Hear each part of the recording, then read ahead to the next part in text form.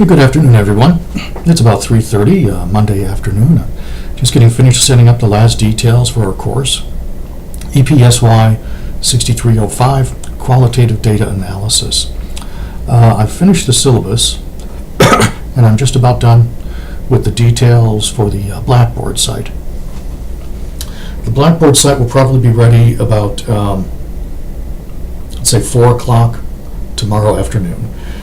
Reason for that is I've got to check and make sure all the links work.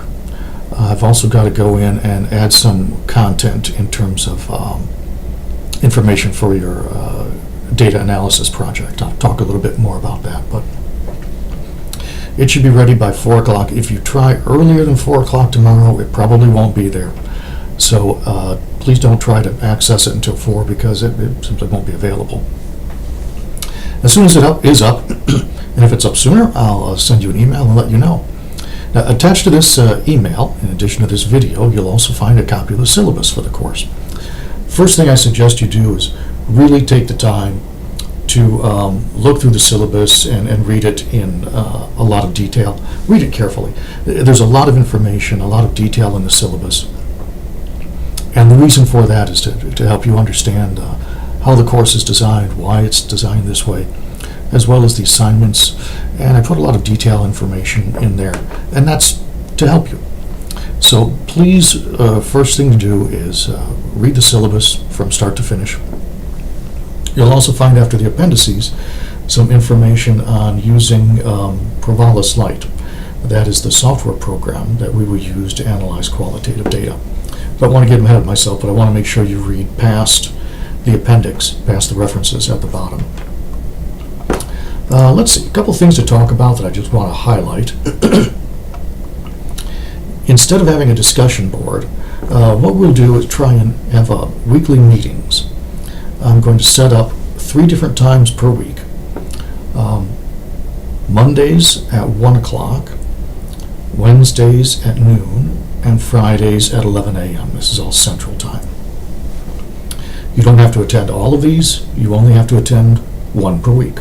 That's it. You can attend all 3 if you want, but only 1 is necessary.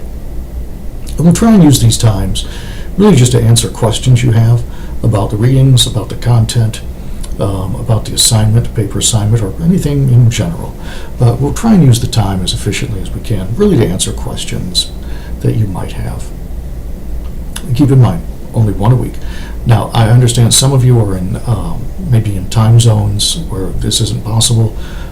Occasionally we've had students in Europe, some in China that went home for the summer. If it's the case that you cannot attend any of these, then send me an email as soon as possible. As soon as possible. Absolutely before the end of this week, this first week. And I'll make alternative arrangements for you. That'll probably be something like a reflective journal that you'll maintain on a weekly basis. But that's only if you are absolutely not able to attend the meetings. But if that's the case, let me know as soon as possible. The main assignment for the course, and this is all very process-oriented, is built around preparing a qualitative research report in which we take qualitative data, analyze it, develop findings and implications. There are 2 ways you can do this. We have an existing data set, and I'm just in the process of compiling all that information right now. And that'll be available on the Blackboard site. They are AAUP, American Association of University Professors, Committee A reports. Committee A is a committee that has to do with investigating violations of promotion and tenure at colleges, universities. They also publish policy papers, position papers on various issues. We're going to use the Committee A reports, their investigative reports, as well as several of their policy papers to give us background framing information as our data set. You'll have a link in Blackboard to those, and then we'll talk in detail. I'll send you another one of these videos later this week to tell you how to copy that information, how to download it, how to put it into Provalis so we can begin coding data. But I'll talk about that at much greater length in a couple of days, probably Thursday or Friday. On this assignment, we're going to work in groups. Depending on how many students we have, probably groups of anywhere from 4 to 6. I think 6 is probably about the most we want to work with. What we're going to do, though, is we're going to analyze the data. And each group is going to use the same data, but you'll analyze it looking at different facets, different aspects. One group, for example, may work on tenure. One may work on academic freedom. Another may work on due process. There may be other issues that we can identify, but you'll focus on a particular topic. The goal of that, then, is for us to collaboratively write a paper that each group will co-author. Those of you who are in the group, you will be authors, co-authors of that paper, and hopefully we can submit that to a conference, ideally, and publish it in a journal. Your role is really analyzing the data, to focus on analyzing the data. I will work on the front end, the introduction, the review of literature, historical background. So that really frees you up to focus this class really on analyzing data. If you want, you can use data that you've already collected. Some of you may have already begun working on a project or have access to qualitative data, and it must be qualitative data that you would like to use for the purpose of this course. That's fine. By all means, contact me as soon as possible. Let me know what the data is, how you collected it, what kind of methods were used, what your sources are, and just discuss it in as much detail as you can to make sure that it is appropriate. If you do that, for example, you probably won't be able to work collaboratively. You'll work on your individual report. But just so you know, that is an option. And I've discussed that in a little more detail in the syllabus. On pages 2 and 3, you'll find a really detailed outline for the information that goes in the report. As you look at it, you'll probably notice there's no literature review. There's no discussion of methods and sources. There's no historical background. There's no introduction. I will take care of that. This will allow you to focus purely on analysis. And one of the reasons we want to do that, these sessions are so short. It's really about 5.5 weeks, I believe. So because of the time and how intensive that is during a summer session, I've learned from past examples, you'll learn more if we can really focus our energies on qualitative data analysis. We'll use a software program to help us. It's called Provalis Lite. It is a free version of Provalis. It's not as robust as the version that you might pay for, but I've found it's more than sufficient for anything we do in this class and much of what we do in even College of Education. So I think you'll find it has all the features that you need. You'll also find at the end of the syllabus, after the appendix, really detailed information on how to use that program. I've crafted that myself. I've tried to make it as clear and as explicit as possible. But I will also talk more about that as we get later in the week. You'll find we have a text for the course. That's at the bottom of page 5 by Miles, Huberman, and Saldana. Qualitative data analysis is considered the standard, really the ideal text I've found for qualitative data analysis. We also have a list of supplemental readings. These are mostly journal articles. You will find those if you go to my College of Education webpage. All faculty have a webpage. You'll find a link to mine. It'll be on the syllabus under required readings. You can copy and paste, or you might even be able to just hit the link if you do this electronically. And you'll want to go to the link for course readings. It's 6305, Qualitative Data Analysis, and it will take you to all of the readings for this course. you will probably notice that there are more readings on the readings list electronically available to you than there are in the syllabus. As I go through each year and update the course, I take some things in. I put some things in, I take some things out, but I prefer to leave those online just for you as references in case you might find it useful.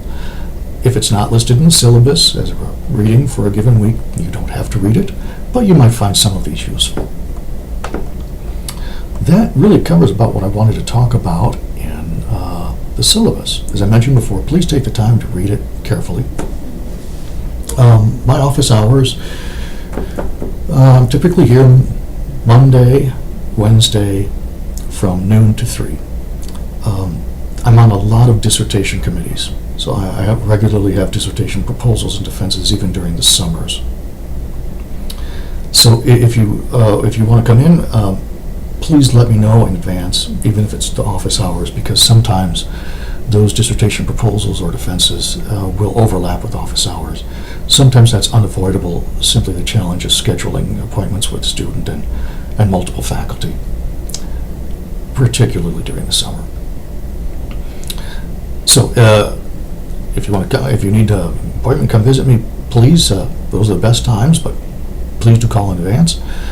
I'm also here most days, so even if Monday, Wednesday, noon to 3 don't work, I'm sure we can find another time in the week, just about any other day that does. I'm not going anywhere this summer session, so I'll be around. I may work from home occasionally during the summers, but I'm pretty easy to reach. If you want to reach me via email, though, please use my office email, lee.doomer@ttu.edu, rather than Blackboard. I have found Blackboard, while it is very useful, it is sometimes unreliable. And if the Blackboard site, for example, should crash for any reason, everything crashes. The discussion boards, readings, assignments, links, the electronic email through Blackboard. So I try not to use it if we don't have to. So to communicate with me electronically, email, use my office email. That also means submitting papers, submitting drafts, anything like that. Please don't send it through Blackboard, just because it is sometimes unreliable. And if it crashes, we can't access whatever's in there until it's fixed. Several years ago, during the second summer session, it crashed for about a week, which is 20-25% of that summer session. You can imagine the chaos and disorder that caused and the disruption. So I try not to take any chances with it. My phone is also right here, and because I work from home, I have a computer at home. If you call me here, if it doesn't ring on my computer at home, it'll certainly send me an email message. And I'm not that formal, so if you're in the building, you happen to be in the building, you want to drop in, you have a question to ask, anything at all. If the door is open, just come right in. If the door is open, you don't need an appointment. I think that covers just about everything I wanted to talk about in terms of the class.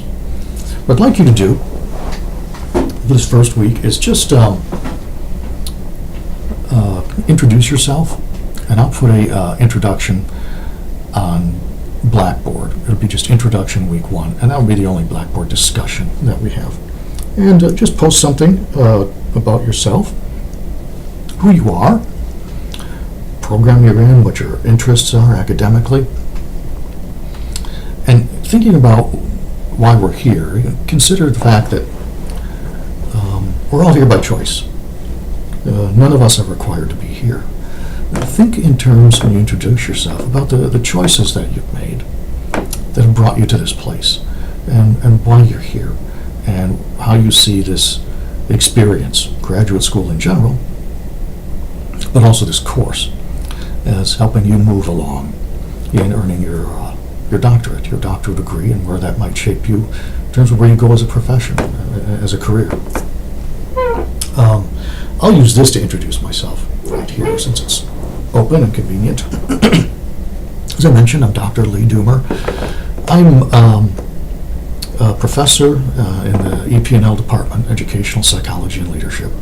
I'm with two different programs. I'm with Educational Psychology and Higher Education.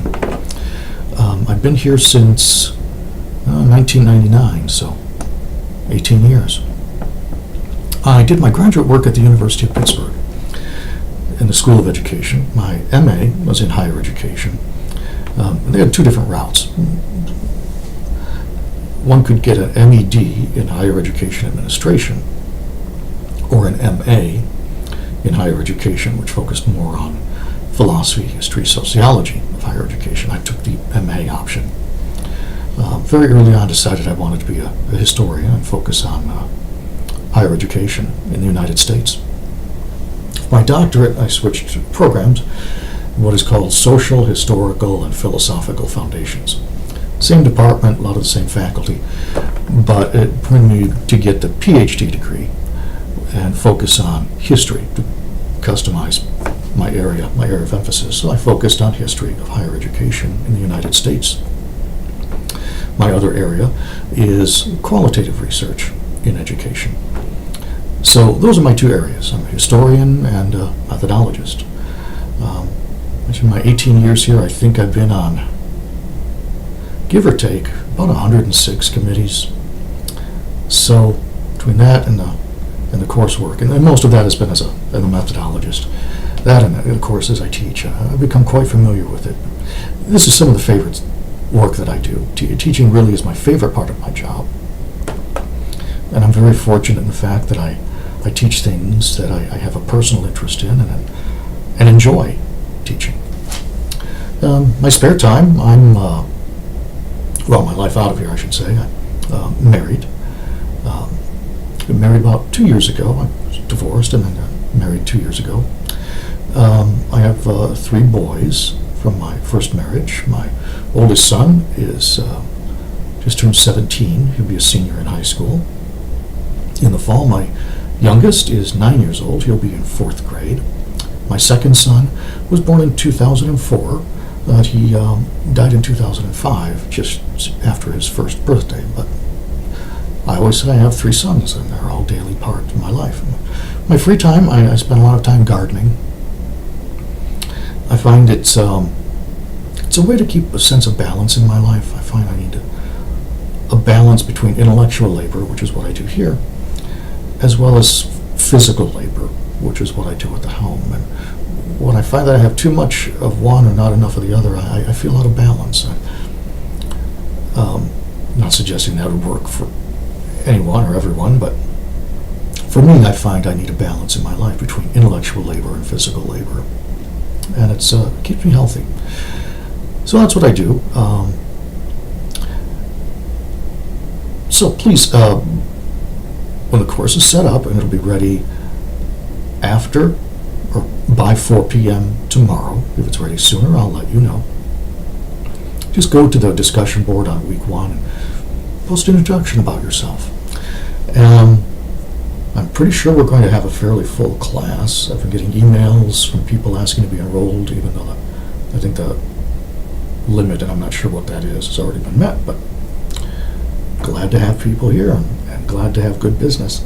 So if you have any questions, contact me right away. Email, office phone. If the door's open, just walk on in. Or if you want to meet in person, let me know. I'm sure I can accommodate your schedule. Looking forward to a good semester, looking forward to a productive semester. It's going to be time intensive, but I think you're going to learn a lot. And I think this will really help prepare you for the dissertation, particularly if you're doing anything in a qualitative nature. All right, looking forward to a good semester, and I will be in touch. Bye.